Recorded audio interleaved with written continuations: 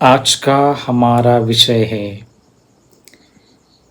कि अतीत से कैसे छुटकारा पाए, माने भूतकाल से कैसे छुटकारा पाए। कि कुछ घटना ऐसी होती है जो बहुत साल बीत चुके हैं, लेकिन फिर भी वो हमारे साथ परछाई की तरह ही चलती रहती है। हमने लाख कोशिश करते ही वो हमारे पीछे पीछे ही चलती है, और हम ये कह रहे कि ये क्यों नहीं दूर हो रहा है, इस घटना से मैं कैसे ऊपर उठूं। तो दुनिया में बहुत से सारे लोग हैं कि जो अपना अतीत लेके चल रहे हैं। अब उस अतीत से ऊपर उठने के लिए हमें कुछ तो उपाय चाहिए। हम यहाँ उपाय की बात करेंगे। आपको बहुत सारे वीडियो मिलेंगे यूट्यूब पर जा कर के, अतीत से कैसे छुटकारा पाए। अतीत से हम यहाँ पर बात करेंगे उपाय की, प्रत्यक्ष तरीके से उपाय, डायरेक्ट सॉल्यूशन। हम ज़्यादा इस विषय को ज़्यादा खींचेंगे नहीं, लेकिन समझे कि अतीत क्या है। अतीत माने जो बीत चुका है, जो हो चुका है, और अतीत के साथ इतना चिपकाव पैदा किया है हमने आसक्ति के कारण। मूलतः उसका जो मूल है वो कहाँ है? आसक्ति है या फिर द्वेष है। उसी को लेकर के हम साथ चल रहे। माने 5 साल पहले किसी ने मुझे गाली दी थी, किसी ने मुझे अपमानित किया था। अब मैं उसका बदला नहीं लूँ, अब मैं उसका बदला लेके रहूँगा, अब मैं उसे छोड़ूंगा नहीं। ऐसे भाव बार बार मन में जगते हैं। देखो, प्रॉपर्टी का एक जो हिस्सा था वो बड़े भाई ने ज़्यादा ले लिया, तो इसको लेकर के बहुत मन में दुखाव चलता है, दुख पैदा होता है। देखो, बॉस ने मुझे ऑफिस में सबके सामने डांटा था। सालों तक चलता है, महीनों तक चलता है। तो कहने का तात्पर्य ये है कि हम चाहते हुए भी हम उस अतीत से क्यों नहीं छूट रहे हैं? क्योंकि हमने वर्तमान में जीना ही खो दिया। सरल आंसर है, उत्तर सरल है कि वर्तमान में जीना ही हमने छोड़ दिया है। हमने कभी प्रयास किया ही नहीं, हमने कभी आंखें मूंद कर देखा ही नहीं कि भीतर ही भीतर मन में क्या हो रहा है। तो साइकोलॉजिस्ट जो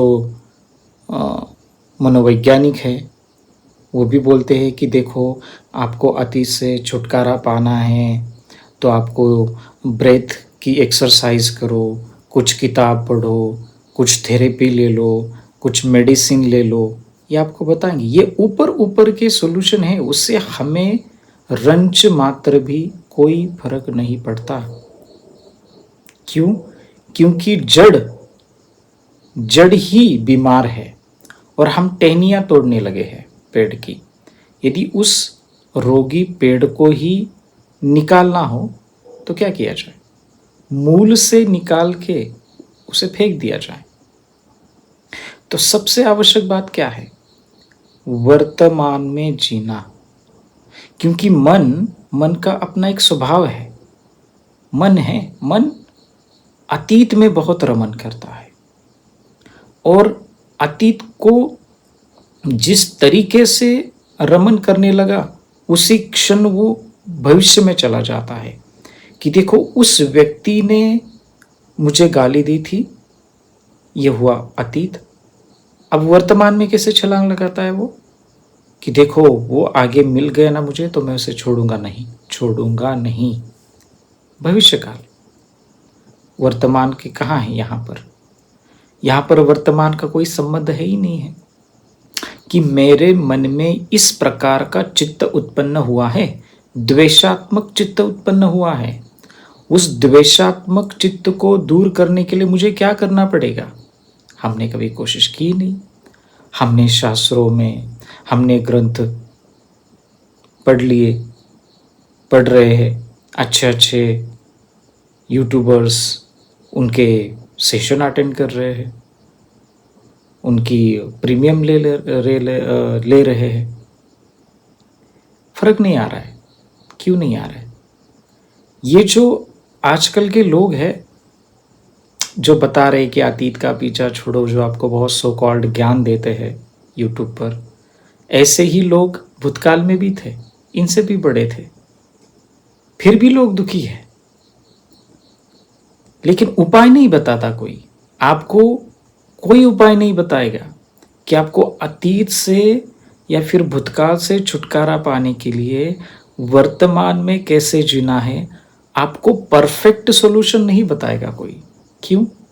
जाना ही नहीं, खुद ने कभी अनुभव किया ही नहीं, और किया तो छिछला छिछला ऊपर सा किया, और उस छिछले छिछले अनुभव को ही वो संपूर्ण तरीके से अपनी अनुभूति और संपूर्ण ज्ञान बता रहा है। जैसे जन्म के अंधे लोग, उनको हाथी क्या है यही पता नहीं है, तो जो उनके हाथ को लग रहा है उसी को हाथी बता रहे। किसी को हाथी की पूंछ लग रही है तो बोल रहा है कि हाथी झाड़ू जैसा है, किसी को हाथी का पैर लग रहा है, छू रहा है, तो कह रहा है कि हाथी खंबे जैसा है। संपूर्ण सच्चाई से बहुत दूर है हम। हमें चित्त को एक अच्छे सटीक तरीके से उसको प्रशिक्षित करना है। उसे माइंड ट्रेनिंग कहा गया। माइंड ट्रेनिंग नहीं है। जैसे हम फिजिकल ट्रेनिंग करते हैं ना, क्या करते हैं हम? अपने शरीर को स्वस्थ बनाने के लिए हम किसी व्यायामशाला में जाते हैं, हम किसी योगा शिक्षक के पास जाते हैं, वहाँ से हम अच्छा प्रशिक्षण लेते हैं और अच्छा आहार लेते हैं, तब हमारा शरीर स्वस्थ हो जाता है, तंदुरुस्त हो जाता है। कभी मन के बारे में हमने ऐसा सोचा कि मन भी बीमार होता है और मन को एक व्यसन लगता है। ये नशे पते का से व्यसन है, ये चोरी करने का भी व्यसन है। इन व्यसनों से अधिक खतरनाक है मन का दूषित विचारों में रमन करना। ये भी एक बहुत बड़ा व्यसन है। माने आदत लग गई, अब वो आदत से छुटकारा पाना मुश्किल हो गया। किसी को आदत लगी है, क्या आदत लगी है? सोता है, 11 बजे है रात में, नींद नहीं आ रही, फ़ोन हाथ में लिया। अब उसने कभी ये तय नहीं किया है कि मुझे कब तक सोना है, मुझे कितने बजे सोना है। फ़ोन, रील्स, इंस्टाग्राम, फेसबुक, कुछ ना कुछ करे ही जा रहा है। अपना समय बर्बाद करे जा रहा है, अपना स्वास्थ्य बर्बाद करे जा रहा है, और जो अपनी आँखों के सामने दिख रहा है उसको प्रतिक्रिया कर रहा है भीतर ही भीतर मन को हमने प्रशिक्षित नहीं किया तो ये बीमार होता जाएगा। ये बहुत बीमार होगा, और इतना बीमार होगा कि आपको बहुत दुख देगा, दुख का पहाड़ खड़ा करेगा, और आप ये सोचेंगे कि ये दुख मुझे ही क्यों आया। और उस दुख से आप सारी दुनिया को देखेंगे तो सारी दुनिया आपको बुरी ही नजर आएगी, और दोष दुनिया का नहीं है, दोष आपका है। भीतर आपने कभी देखा ही नहीं।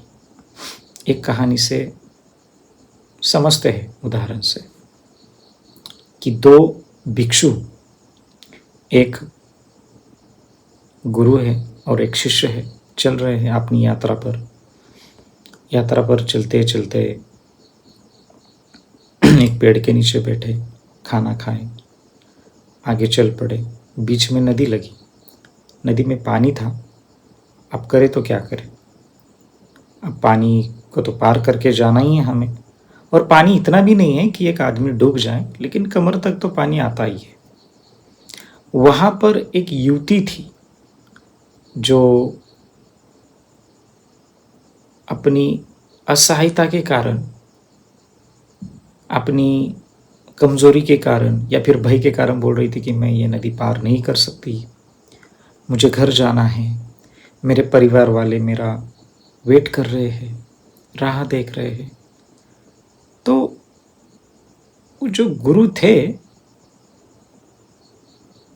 वो बोले कि चलो बेटा मैं तुम्हें लेता हूँ। तो वो अपने कंधों पे बिठा के लेके गए और वो तीर पार किया और लड़की को वहाँ छोड़ के वो चल पड़े आगे। अब देखो उस शिष्य को कि मेरे गुरु इतना ज्ञानी है, इतना ज्ञान बताते हैं कि ऐसा नहीं करना है, ये नहीं करना है। 1-2 घंटे हो गए, शिष्य कुछ बोल ही नहीं रहा है। तो गुरु को समझ में आया कि शिष्य क्यों नहीं बोल रहा है। फिर भी गुरु जांच रहा है, देख रहा है, चल रहे हैं। आखिरकार उत्सुकतावश प्रश्न पूछा ही कि गुरुजी, आप तो कहते हो कि किसी कन्या को स्पर्श नहीं करना है या फिर उस पे कंधे पे नहीं बिठाना है, और आपने तो कंधे पे ले लिया, आपने तीर भी पार किया उस नदी का। तो उनके गुरुजी बोले कि मेरे प्रिय शिष्य, जैसे ही मैंने उस युवा लड़की को उस तीर पर छोड़ दिया, वहां तक ही वो घटना खत्म हो गई मेरे लिए। लेकिन अभी 2 घंटे हुए हैं, तुम्हारे मन में अभी तक वही चल रहा है। तुम इस अतीत से कब बाहर आओगे? हम चल रहे हैं तो साधना पूर्वक चले, हम जो भी काम कर रहे हैं तो साधना पूर्वक काम करें, सचेत होकर करें।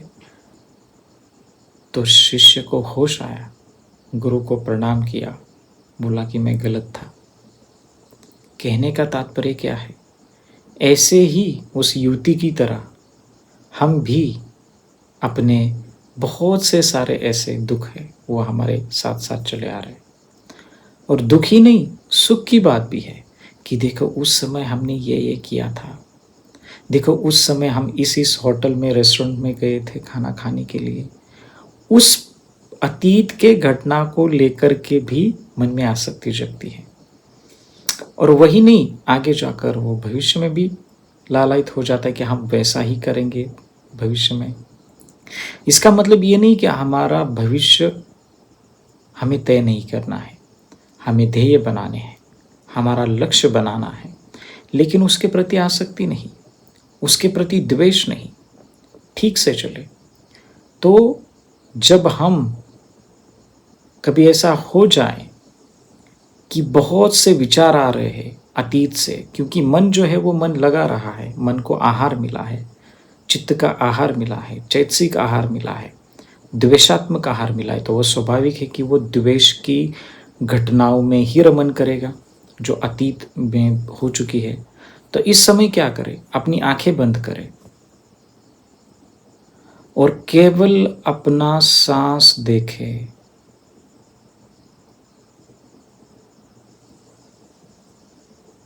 आते हुए सांस को आता हुआ जानना है और जाते हुए सांस को जाता हुआ जानना है।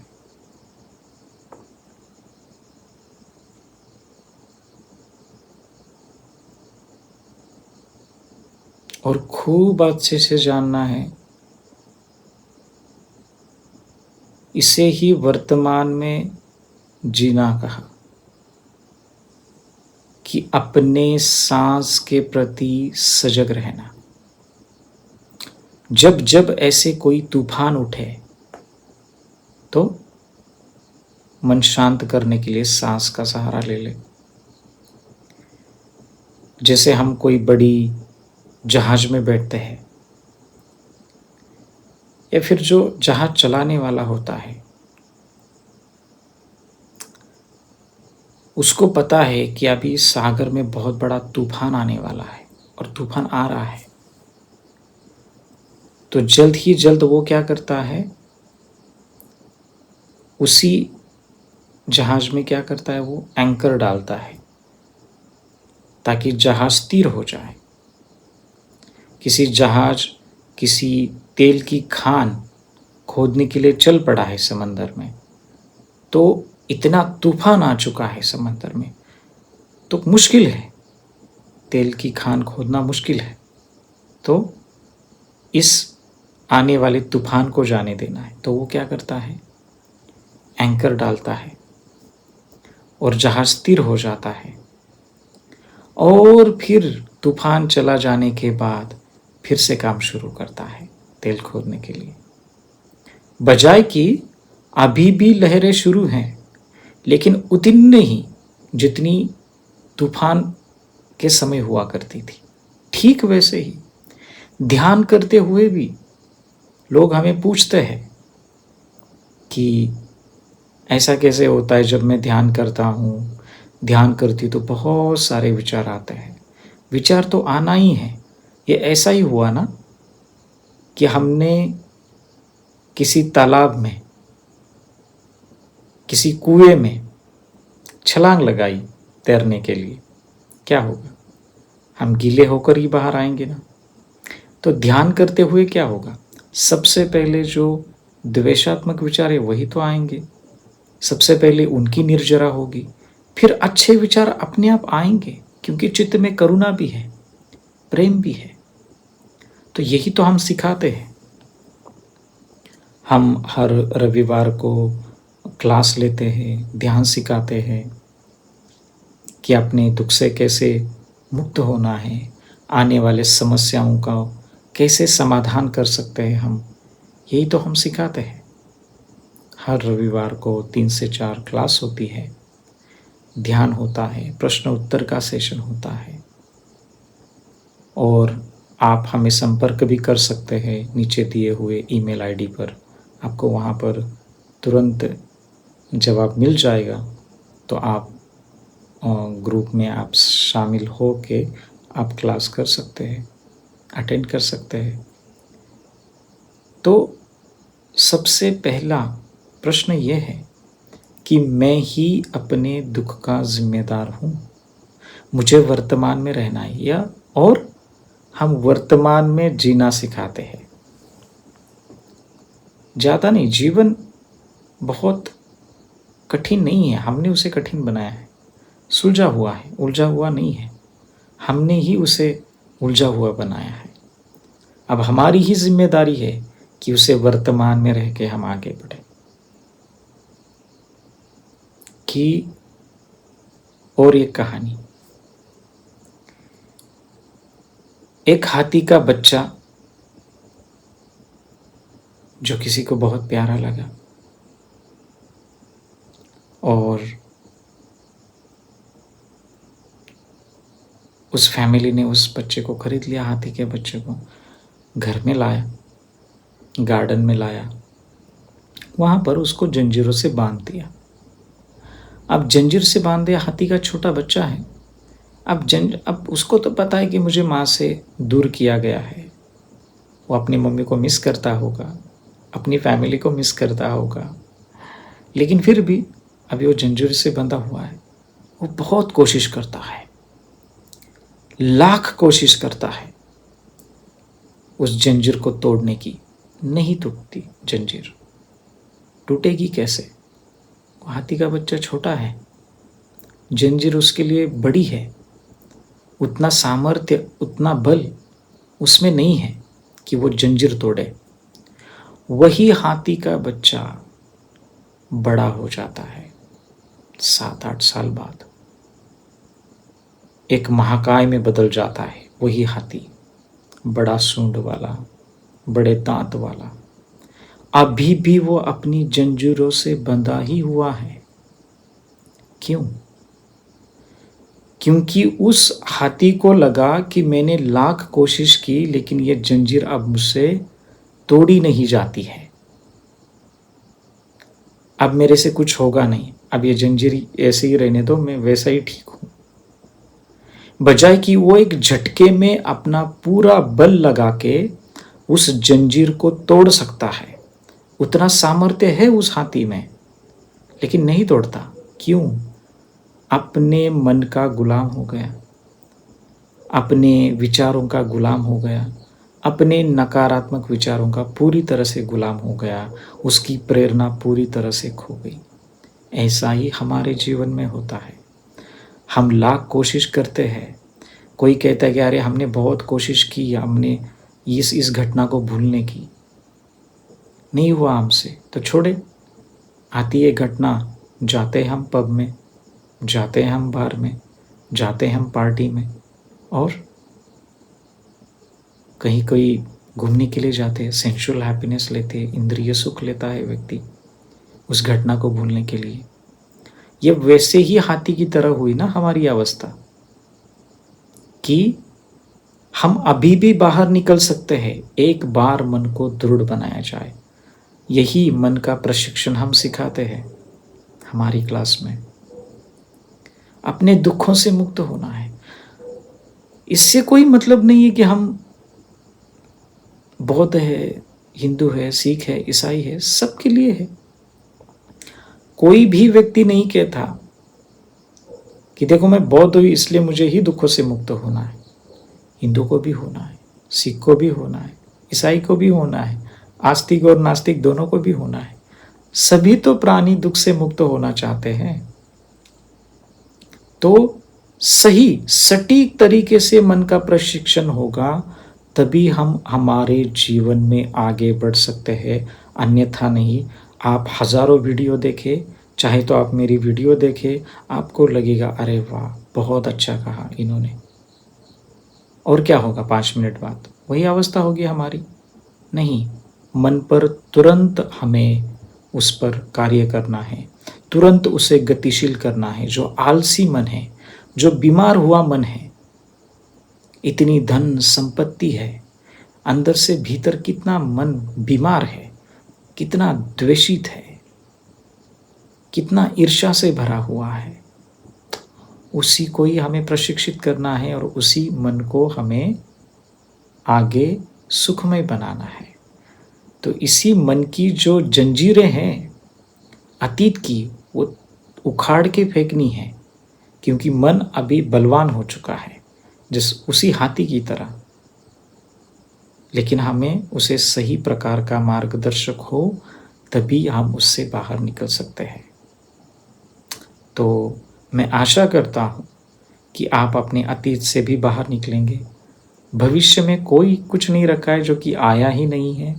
वर्तमान ही मेरे लिए सब कुछ है, क्योंकि मेरा भविष्य मेरे वर्तमान में ही स्थिमित है, उसी में ही समाया हुआ है।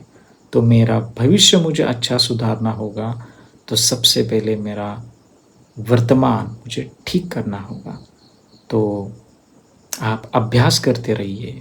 आप चाहे तो नीचे दिए हुए ईमेल आईडी पर आप संपर्क कर सकते हैं, और मैं आशा करता हूँ कि आप अपने जीवन को सफल बनाएंगे, अपने जीवन को और मंगलदायी बनाएंगे, इस अतीत और भविष्य से छुटकारा पाके। नमो बुद्धाय।